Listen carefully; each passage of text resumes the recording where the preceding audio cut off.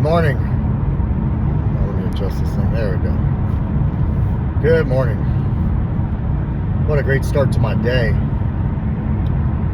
Oh, what a great start to my day. So I've been thinking a lot. I thought a lot about this over the last couple of days. The words I choose, the phrases I choose. There's one word that really, I was talking to somebody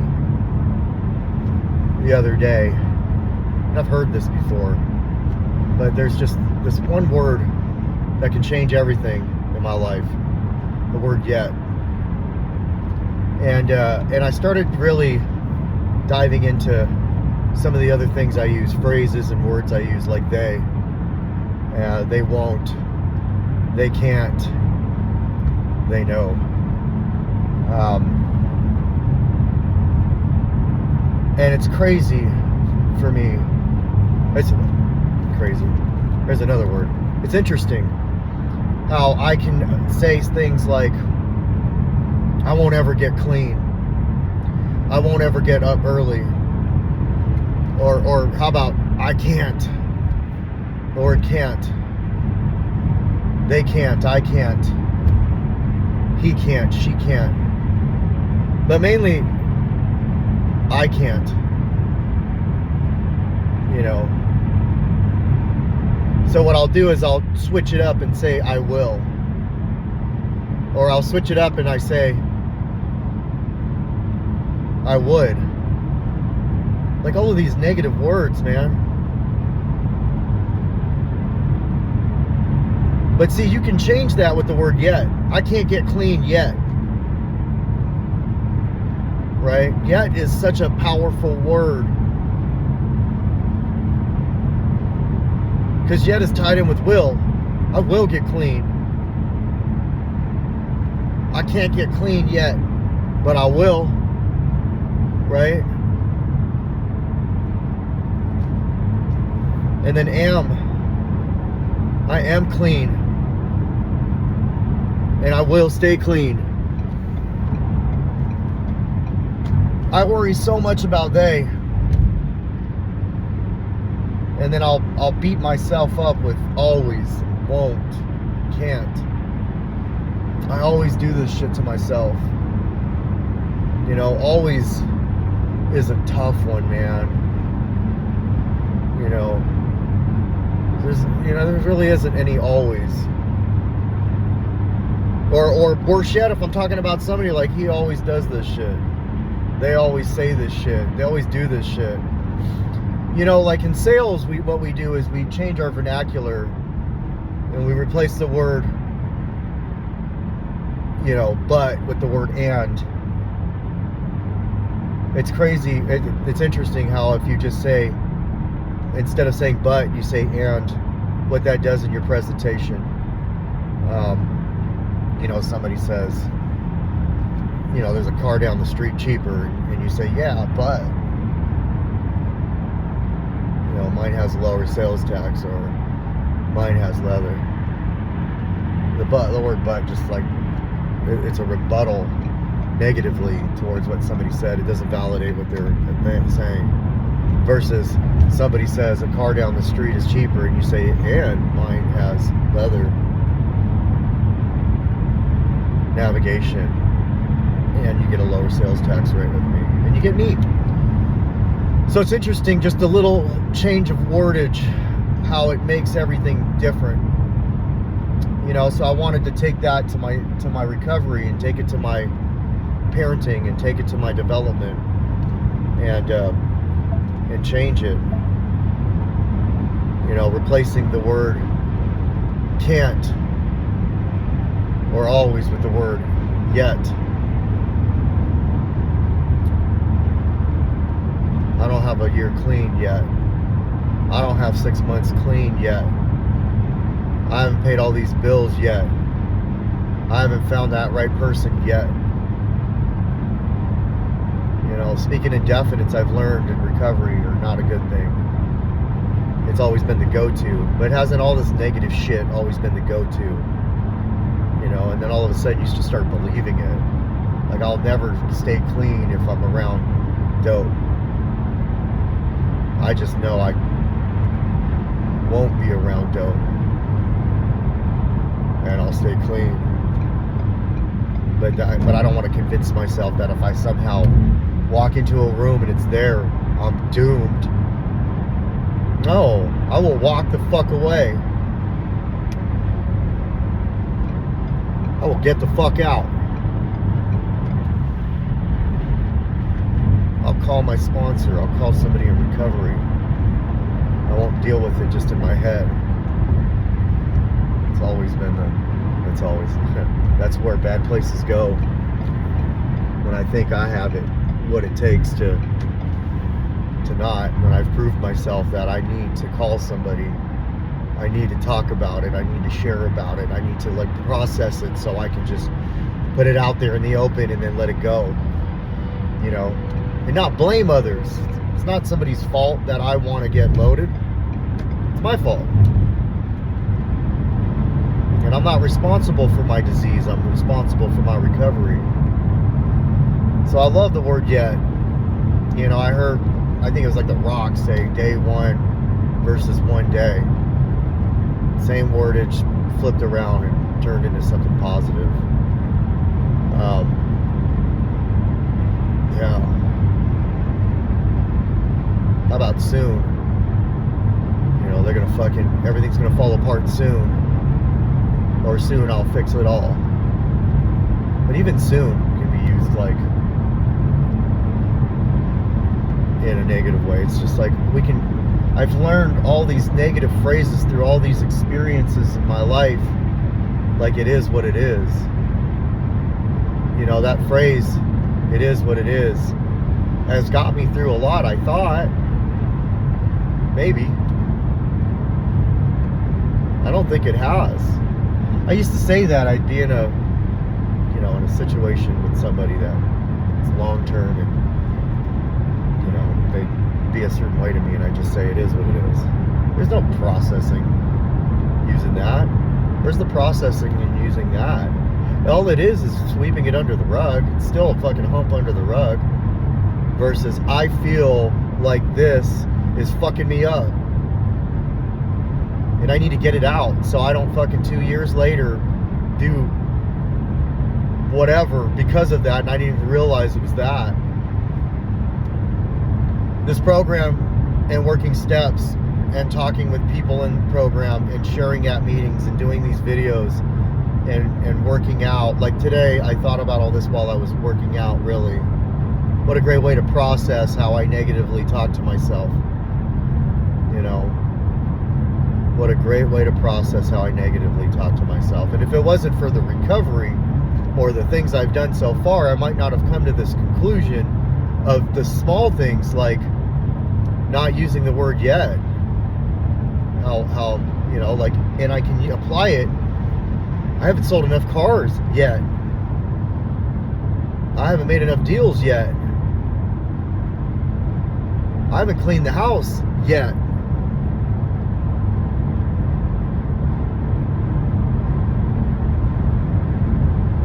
You know, that backs in with, you know, should.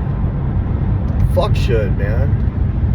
There's a mentor of mine that says it's not a knowing thing, it's a doing thing. He's so right. I love that phrase. It's not. I think we all know what we need to do. And saying we should do it, it means that we're not doing it. Tony Robbins says massive action. If your life isn't where you want it to be, massive action. Right now. Don't plan for it. When we plan for what we're going to do and what we should do, we're not doing it. And then go back to our bad behaviors, we're not doing it. We're acknowledging what we should do, which is good to an extent. I mean, if it's been a couple years and you're still like acknowledging what you should do, at that point, you don't need to acknowledge what you should do. You need to just do it right now. Just do it. And it's so hard for me to just do it, isn't it? It's so hard for me to just do it. Knowing I know I need to do this and then just fucking doing it. Should turns your goal into a want. by the way. And then won't takes it away. Always takes it away. But you can use it positively. I will always call my sponsor if I'm triggered and want to get loaded. I will always share at a meeting if I do some bad behaviors that I feel and I know are bad behaviors. I'll share it at a meeting. It's uncomfortable to do that. It's uncomfortable to share it amongst my peers. And I don't have to share everything amongst all my peers. You got to pick and choose. On a professional level, I can't just say, I want to get loaded today. Although, for some reason, I just mouth vomit everything. You know. But as long as I'm constantly working towards my personal development, staying clean and all of that, it's going to be okay. It's okay to be human, and it's okay to have fucked up thoughts. Being an addict, for me, means that my first thought is always going to be fucked up, and that's okay. That's okay. Somebody close to me in my home group once said, once you turn that switch on, which you did a long time ago, you can't turn it off. There's no turning off the switch and then all that shit that you did goes away. That's not conducive to my recovery if I think that's going to happen. So I have to come to terms and accept that I'm probably always going to look at something in a weird, twisted way. And I get to choose if it comes out of my mouth a certain way. Or I get to ask myself, do I want to say this? You know, and that's a really good thing that, I never thought about it this way. I'm thinking about it this way. Before I'm about to say something, just ask myself, do I really want to say this? I watch Elon Musk talk. He doesn't fucking just talk right out when he's asked a question. It almost takes him like 90 seconds before he answers a question. I wonder if he's asking himself, do I want to say this? Is this going to help somebody? Is this going to hurt somebody? And he goes through that whole process before he says it. And even if he's not processing things that way, because maybe I know he's not like me. Well, I don't know that. See, there's another phrase. I know she is. I don't fucking know. I don't know. Unless I'm in their fucking head, I don't know. And that's another thing, man. I was always so worried about what people are thinking about me. And I still am. Like, if I'm going to sit here and say I was always so worried about what people are thinking about me, I'm crazy to think that, like, I'm not thinking like that anymore. I may always be that way. That's okay. As long as I process, put it out there. I love the way my brain is firing right now. Because it's like I'm always searching for a better way to do something. A better way to think a certain way. How can I apply what I'm learning to that situation? How can I help somebody out without wanting something in return? You know, and really, can I help somebody out? Truly, can I help somebody out without wanting to feel good about it? See, if I help somebody out and I feel good about it, but I wasn't trying to feel good about it, we know if we are. Like, if I do that for that person, I'm going to feel good about it. Well, that's not really helping. We give, like, my religion and my spirituality teaches me that you give to give. That's it. If I'm going to grab packets of, warm socks, and am I giving it to that person so I can then go back and tell everybody, hey, this is what I did? Because I'm going to tell you right now, that's what I do. I'll call myself out. I'll do all these nice gestures for people so I can say, oh yeah, I did that. Can I do it without saying I did it? Have I done it without saying I did it? Maybe that's what I need to work on. Giving secretly. I don't think those secrets keep us sick. Because that's a phrase. There are bad secrets though that keep us sick. If I'm running around talking to a whole bunch of women with the expectation of sex in return, and I don't say anything to anybody, and I don't share about it in a meeting, right? Then that's a secret that's going to keep me sick. And eventually I'm going to beat on myself because I know that's not what I really want. I'm going to beat on myself until I didn't share it with anybody. I'm left with myself. And then my disease, the devil, whatever you guys want to call it, is going to creep in my head and say, yeah, got your ass. Yeah, you ain't shit. So hit this. That way you don't have to think about it anymore. Because I know I've trained myself to know that I will do that so I don't have to think about that anymore. I would say that, like, I don't use to numb. Bullshit, I don't. I might not use to numb some past trauma when I was a kid, maybe, of something that my parents did to me, right? So yeah, like it's easy for me to write off that I don't use for that. But do I want to numb some bad behaviors, a collection of bad behaviors that happened over time? Absolutely. PTSD from it. I self-medicate for the PTSD. I learned that. I don't get to do that anymore. My self-medication for PTSD is sharing it amongst other people, specifically in recovery. Like, my clients don't need to know that, and neither does my job. Although there are people in my job I share quite freely with, because they are my support system, and they love me and care about me and just want me to be better. You know, it helps everybody when I'm better, not just myself. My kids, the company I work for, society, when I'm not fucking around. Might not help the hub, but oh well. I didn't need to say that. Fuck the hub. No pun intended. Anyways, I'm now at 17 minutes. I told myself I would do 15. That's okay. I needed to get this out. It's a really good drive back, and I didn't have to listen to negative music for it. So, I love you, Rodney. You're wanted, needed, and loved too. And if you're watching this and you're wondering, what do I do next? Simple. The next right thing. Just do the next right thing. I don't give a fuck what it is. And then do another one. And then do another one. And it doesn't have to counteract what you just did or what you just thought. Just do a right thing. Go help somebody. And then walk away.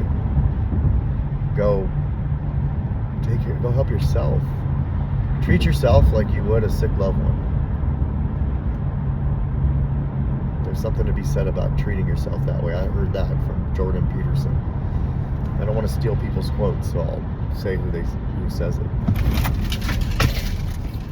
That's my cue.